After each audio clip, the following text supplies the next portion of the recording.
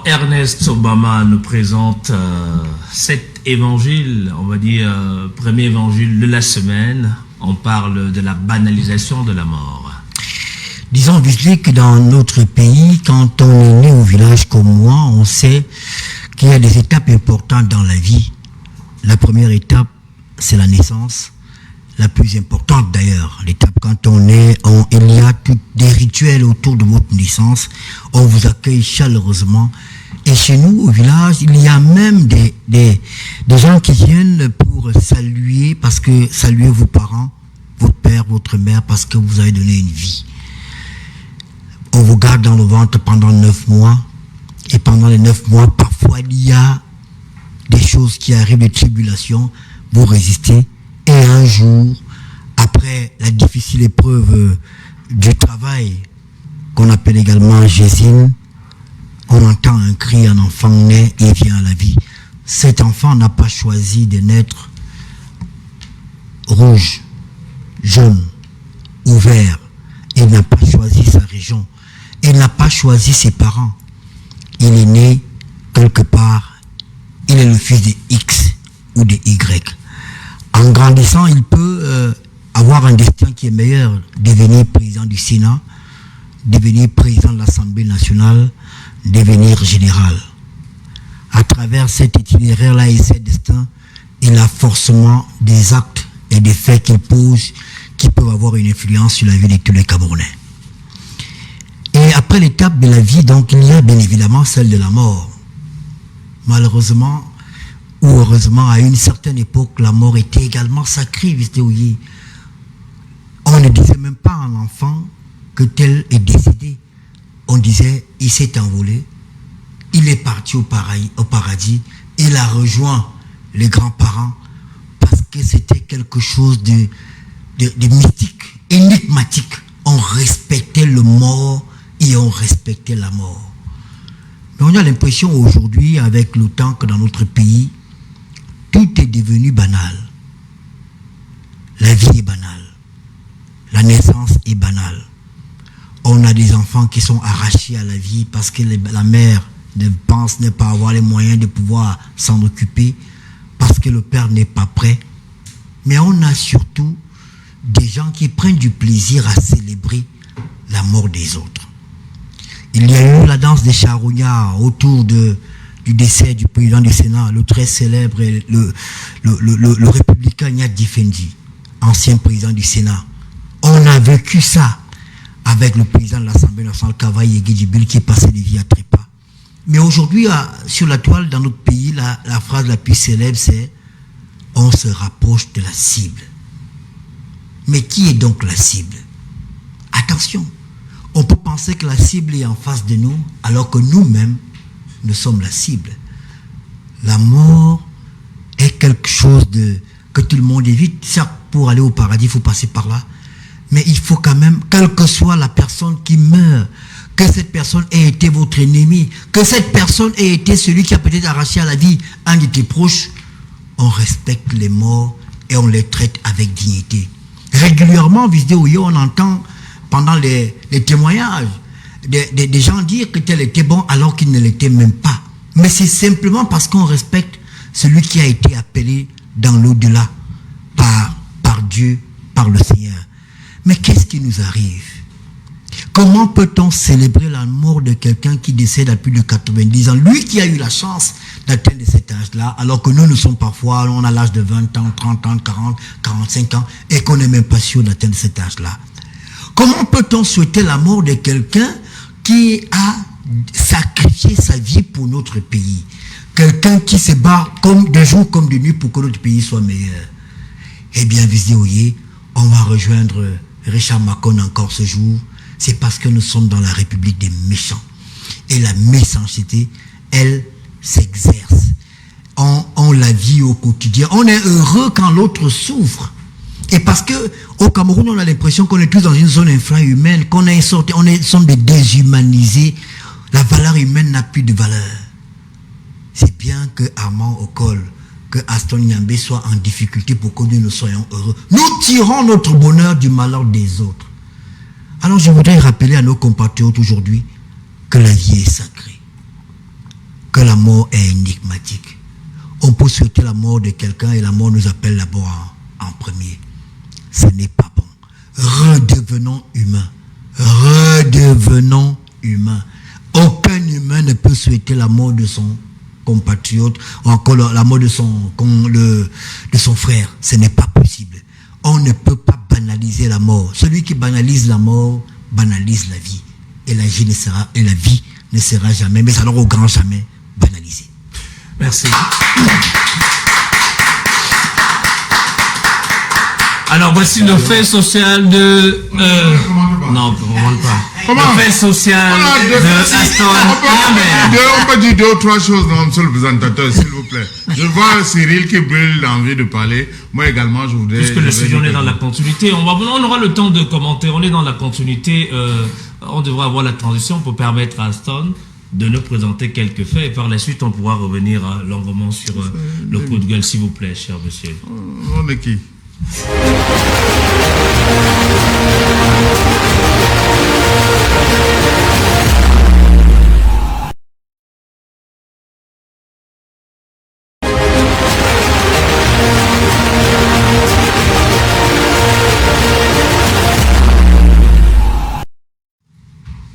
Alors Aston Yambé, bonsoir à vous. Bonsoir Visley, bonsoir à tous nos chaleureux téléspectateurs qui nous regardent. À l'heure où les images des cadavres circulent via les réseaux sociaux, certains décès deviennent des objets de spectacle, de commentaires, voire de moquerie, une question dérange. Assistons-nous à la banalisation progressive de la mort? Alors Visley, désensibilisation émotionnelle, perte d'empathie, besoin d'existence.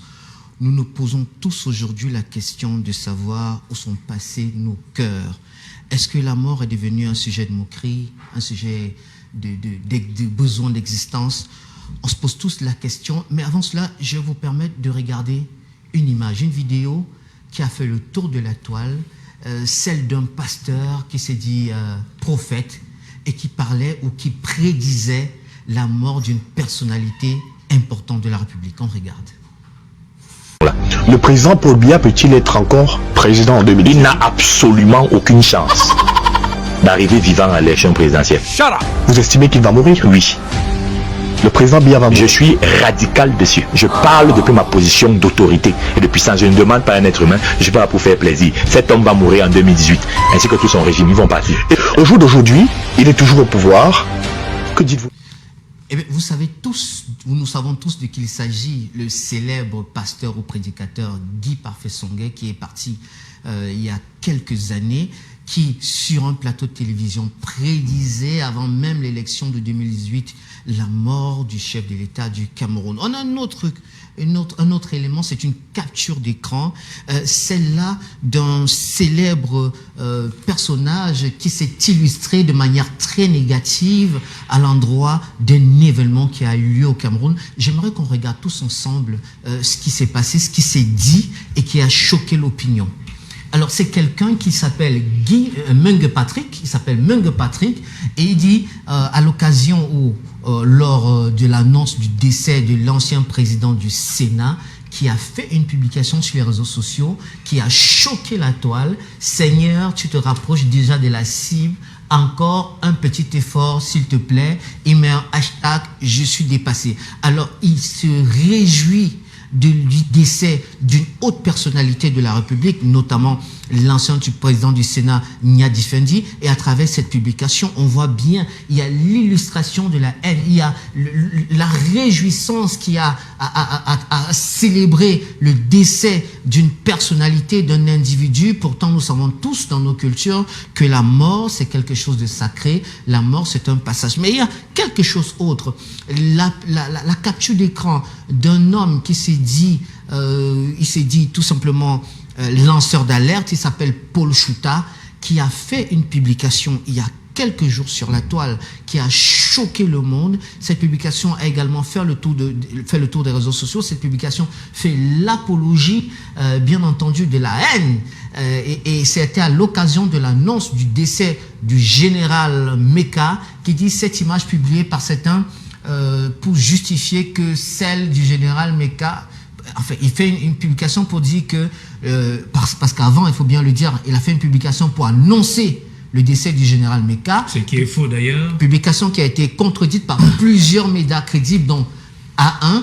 Et aujourd'hui, il a fait une publication, hier, il a fait une publication pour dire cette image publiée par certains pour justifier que celle du général Meka prise ce jour, que le général Meka n'est pas mort, mais il continue en disant elle a été faite le 1er janvier 2022. Donc, il justifie, il dit que cette image qui a été publiée sur les réseaux sociaux montrant le général en famille a été faite en 2022. Et il dit par la suite quelque chose d'hyper grave. Lorsqu'il va tomber, ce sera du jamais vu. Il parle là du président de la République, je suppose. Lorsqu'il va tomber, ce sera du jamais vu au Cameroun. Il y aura une gigantesque fête historique. Sa mort sera une libération, car il y a des morts qui libèrent. Alors là, une fois de plus, on fait l'apologie de la mort. Il y a une autre capture, celle-là qui a fait parler d'elle également. C'est celle d'un jeune Camerounais qui s'est réjoui du décès d'une jeune fille, alors que l'affaire a fait le tour des réseaux sociaux, pendant que tout le monde fustigeait le crime abominable de cette gamine. C'est un jeune Camerounais qui a fait un commentaire sur les réseaux sociaux, Faustin Abega, qui a d'ailleurs été interpellé par les forces de l'ordre.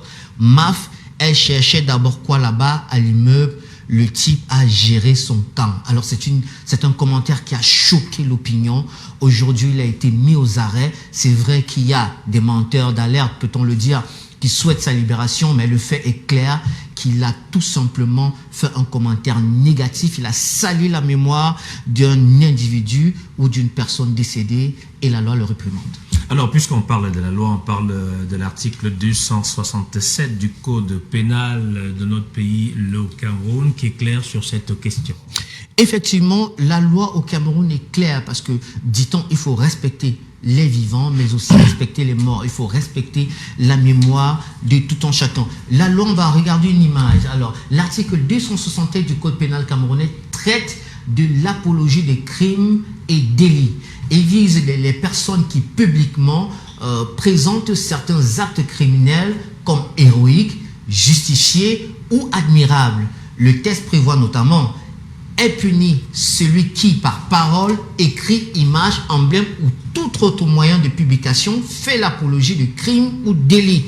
Concrètement, cela concerne les discours glorifiant des assassinats, comme tout à l'heure ce qu'on a vu à travers le jeune homme qui a tout simplement dit qu'on gérait son camp, la justification publique des massacres ou violences graves. Il y a des personnes qui sur les réseaux sociaux, après un massacre, après un délit, après un crime, disent tout simplement que c'est normal. Ils justifient cela tout simplement par des actes parfois dits de vengeance.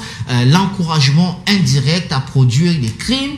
Il y a des personnes qui sur les réseaux sociaux produisent des discours de haine qui suscitent à des révoltes, à des tentatives de meurtre et tout cela, vous avez bien vu. Après l'élection présidentielle, par exemple, qu'il y a des personnes qui disaient, je cite, allez chez Obama, brûlez, allez chez Bruno Bidjan, brûlez, allez chez Raoul Kistrombia, brûlez. Il y a des personnes qui disaient, Cabral est complice, allez chez Cabral, brûlez. C'est ce genre de discours que la loi ne tolère pas. La célébration d'actes criminels sur les médias ou réseaux sociaux. Vous voyez bien qu'après le décès, par exemple, de l'honorable Kavaye Djibril, il y a des personnes qui se sont réjouies en faisant des vidéos disant on se rapproche de la cible, ça commence à arriver. Toutes ces personnes-là sont condamnées par la loi. On va regarder un autre élément, un autre document qui dit les moyens visés sont larges. Par exemple, elles peuvent le faire par des moyens de presse, c'est-à-dire des journaux, par des moyens de la télévision, par la radio, des affiches, des chansons, des vidéos, des publications Facebook, TikTok, YouTube, WhatsApp, ce qui est populaire en ce moment. Et les sanctions sont bien évidemment prévues à ces personnes-là. Selon le Code pénal camerounais, les peines peuvent aller d'1 an à 5 ans d'emprisonnement avec des amendes importantes. La peine peut être aggravée lorsque les propos troublent l'ordre public, il encourage la haine ou la violence ou qu'ils sont diffusés massivement. Merci Astan.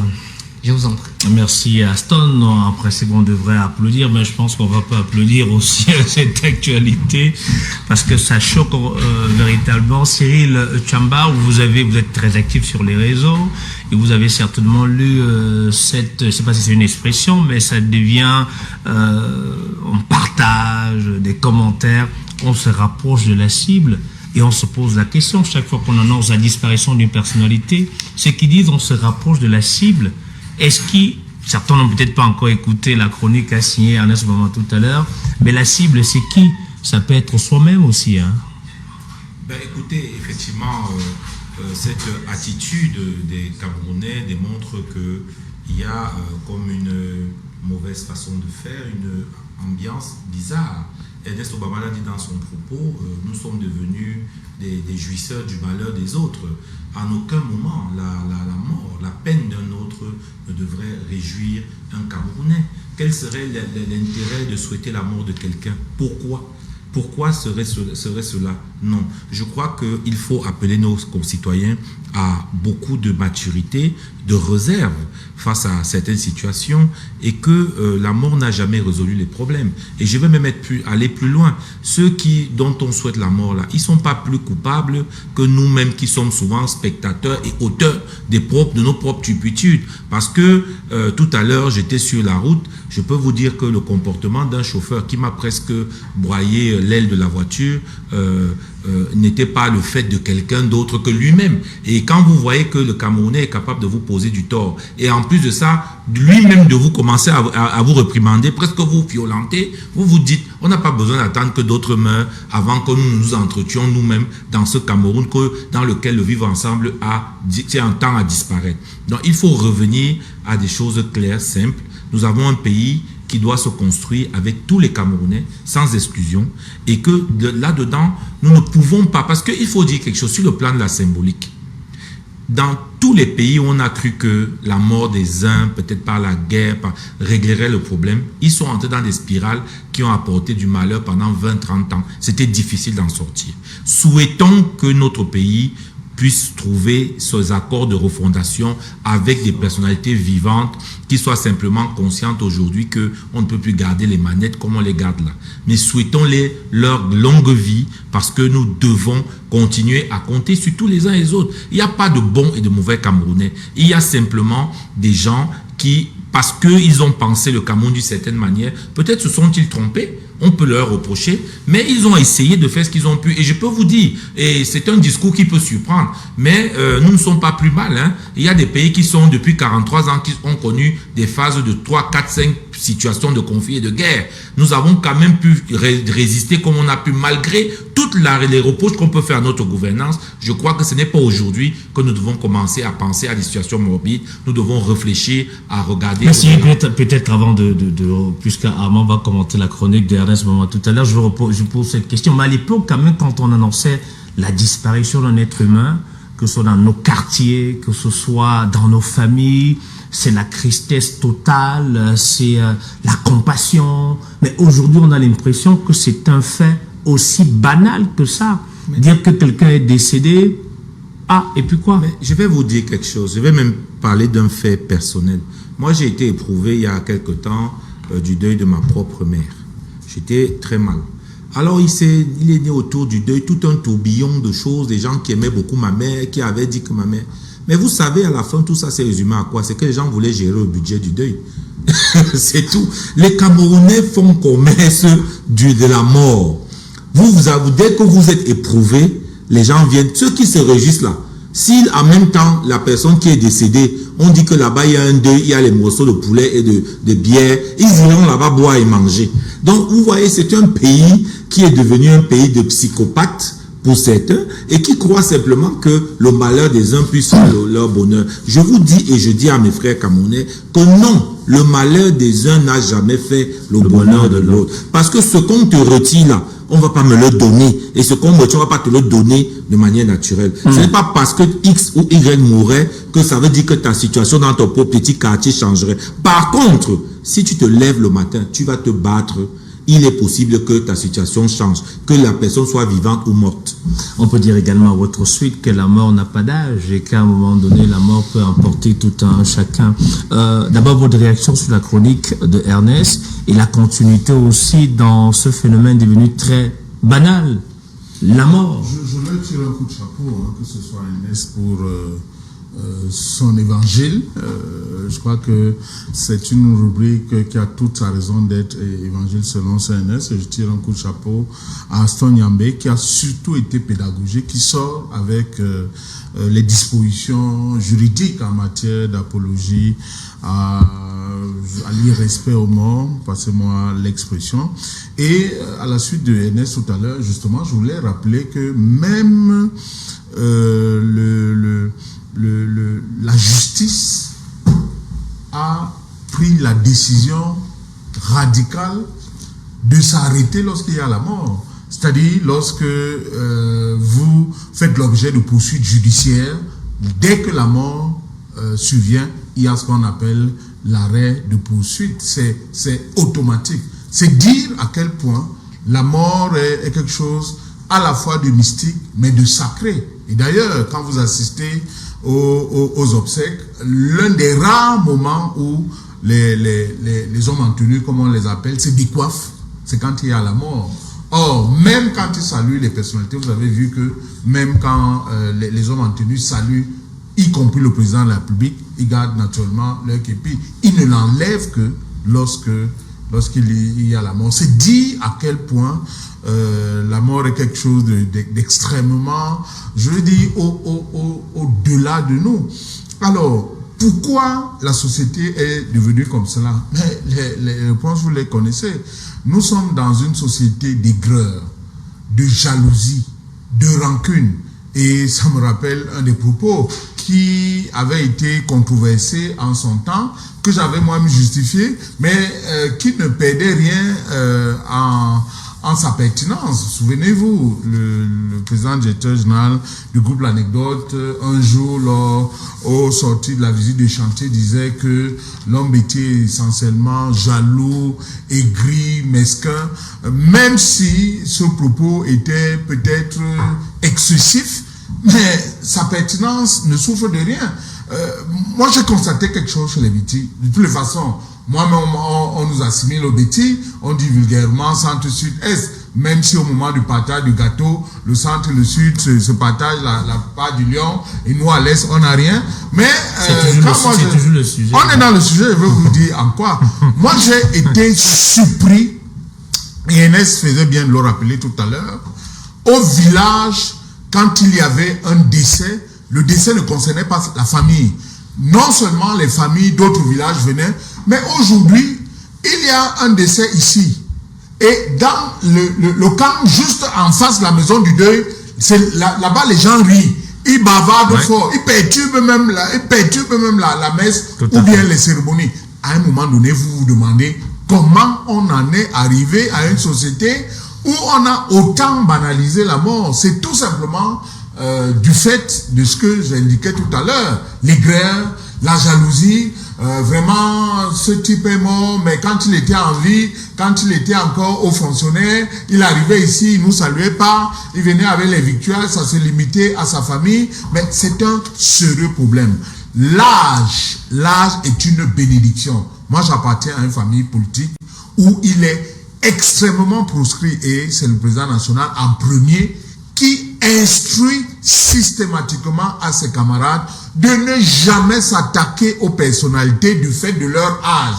On ne peut pas faire un procès à quelqu'un parce qu'il a de l'âge. Vous savez, tout ce que je pense de la gouvernance du président Biya, mais il m'arrivera jamais, mais au grand jamais, d'estimer que parce qu'il a le bel âge, parce que je l'appelle le bel âge, pour atteindre l'âge que le président a aujourd'hui, je crois qu'il a 93 ans, il faut avoir été béni et il faut que Dieu ait décidé que vous ayez cet âge. Donc, merci. Je m'insurge, mais avec la dernière énergie, contre tous ceux qui s'amusent à prédire la mort du président de la République. Et d'ailleurs, j'ai envie de leur faire croire, souvenez-vous, c'est depuis 2004 qu'on l'annonce pour mort, on a encore parlé le lendemain, mais plus on annonce pour mort, plus j'ai le sentiment qu'il puise un peu dans la cosmogonie du chat qui a, je crois savoir, 77 vies. Il y a peut-être pas que ces personnalités qui sont visées. Il y a par exemple l'histoire de cette jeune fille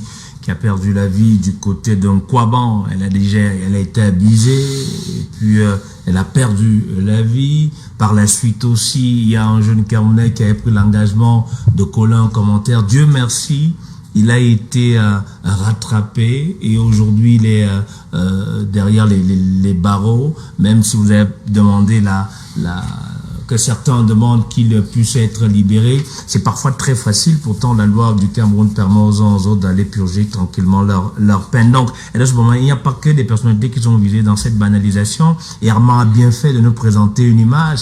Parfois, c'est le voisin qui a perdu, je sais pas, son épouse, mais le voisin d'en face avait prévu sa soirée de mariage. Il va faire sa soirée de mariage. À côté, on est en larmes. En face, on est en train de danser. Bref, chacun vit sa vie, alors. Bon, ben, écoutez, je pense que l'un des problèmes que nous avons au Cameroun, c'est qu'il n'y a plus de valeur. C'est pas du fait du président Biya ou du gouvernement, c'est l'éducation de base que chacun reçoit dans sa famille. Parce que quand votre père vous dit de votre naissance, ne prenez pas la chose d'autrui, c'est une valeur. Quand on vous dit qu'une femme mariée, on ne va pas avec elle. On touche pas à la femme. On ne touche pas à la femme. C'est comme les commandements de la Bible. La femme mariée, on n'y touche pas. Vous devez de l'argent à quelqu'un, appelez-le, dites-lui, frère, ça ne va pas, je ne suis pas prêt, donne-moi encore un peu de temps. On ne disparaît pas, on ne fuit pas. Les valeurs. La vie humaine, quand vous vous rendez compte que quelqu'un, même s'il vous doit quelque chose et qu'il est en difficulté, vous faites profil, vous vous dites, pour le moment, il est en difficulté, attends d'abord qu'il règle l'affaire. Mais malheureusement, on a d'autres valeurs aujourd'hui. La seule valeur qui prévaut chez nous, ou alors chez les jeunes, parce que je pense que nous, on peut être considérés comme étant déjà entre les vieux et les jeunes, c'est la voix. On respecte seulement ceux qui ont, ou ceux qui ont l'illusion, ou ceux qui laissent croire qu'ils en ont. C'est eux qu'on respecte. Ah oui, ne vous attaquez pas à eux, sinon vous serez brocardés. Oui, ils ont des verbes, hein, les mots, le porteur capricieux. On ne parle pas du porteur. Mais la vie, elle est sacrée. Est-ce que les gens, je ne sais pas, quand on parle de la vie, pour qu'il y ait vie, c'est vrai qu'aujourd'hui avec la science, il y a des choses qui peuvent se faire, mais pour qu'il y ait une vie, il faut qu'il y ait des êtres. Il faut qu'il y ait un moment d'intimité. Il ne suffit pas d'avoir un moment d'intimité, il faut qu'il y ait procréation. C'est un exercice qui se passe qui ne dépend plus de nous. Parce que pendant cette affaire-là, chacun fait ce qu'il a fait de son côté, mais à l'intérieur, on ne sait pas qui est le chimiste. Ce n'est ni l'homme, ni la femme, mais il y a une chimie qui se passe. Et cet enfant qui est tout petit, comme un œuf, qui grandit dans le ventre, qui se nourrit de ce que sa mère mange et boit, qui passe le temps, le corps se forme, il passe 9 mois, et au terme de 9 mois, il pousse son premier cri, il arrive dans ce monde. Il n'a pas choisi sa famille. Il ne veut pas savoir. L'enfant en question, il peut naître, on l'appelle Chouta. Il peut naître, on l'appelle Ngono, Jupon Ngono. Il peut naître, on l'appelle Boris Berthold. Il peut naître. On l'appelle Aman Okol. Il n'a pas choisi, c'est la destinée. Il peut naître, on l'appelle Ernest Obama. Oui, c'est mieux. Oui, ça entre vous. Alors, et l'instant, j'en parlais tout à l'heure dans la publication, l'instant de la naissance, quand l'enfant naît, je n'ai pas été explicite. Dans mon village, quand l'enfant naissait, d'ailleurs, nous, dans notre village, il y a des signes. Quand l'enfant naît, quand il sera grand, il y a des choses qui se passent. Un enfant qui sera grand au village, le jour qu'il naît, il y a un grand qui meurt. Le jour qu'il naît, il y a un baobab qui tombe. Il y a des signes et des signaux pour parler comme François Biko. Et quand vous naissez comme ça, premier jour, c'est votre mère, elle vous lave, elle vous prend, Elle vous montre la vie. Elle vous amène à l'église. Vous grandissez. Vous vous intégrez dans la société. Vous devenez un homme. Et vous êtes important pour la société. Tout à fait. Mais maintenant, quand vous êtes arraché à la vie, ce n'est pas seulement la vie de celui qui part, qui compte. Tout ce qui comptait sur lui. L'amour qu'il donnait à ses proches, qui s'éteint. Parce qu'il y a extinction de la vie, de l'amour et de la présence physique d'un homme. Ce n'est pas quelque chose d'ordinaire. Ce n'est pas quelque chose de simple. On ne peut pas avoir son téléphone portable et on dit on se rapproche de la cible. On ne peut pas avoir son téléphone portable et faire l'apologie de la mort et souhaiter la mort de quelqu'un. Non, ce n'est pas possible. Et ceux qui le font nous montrent bien.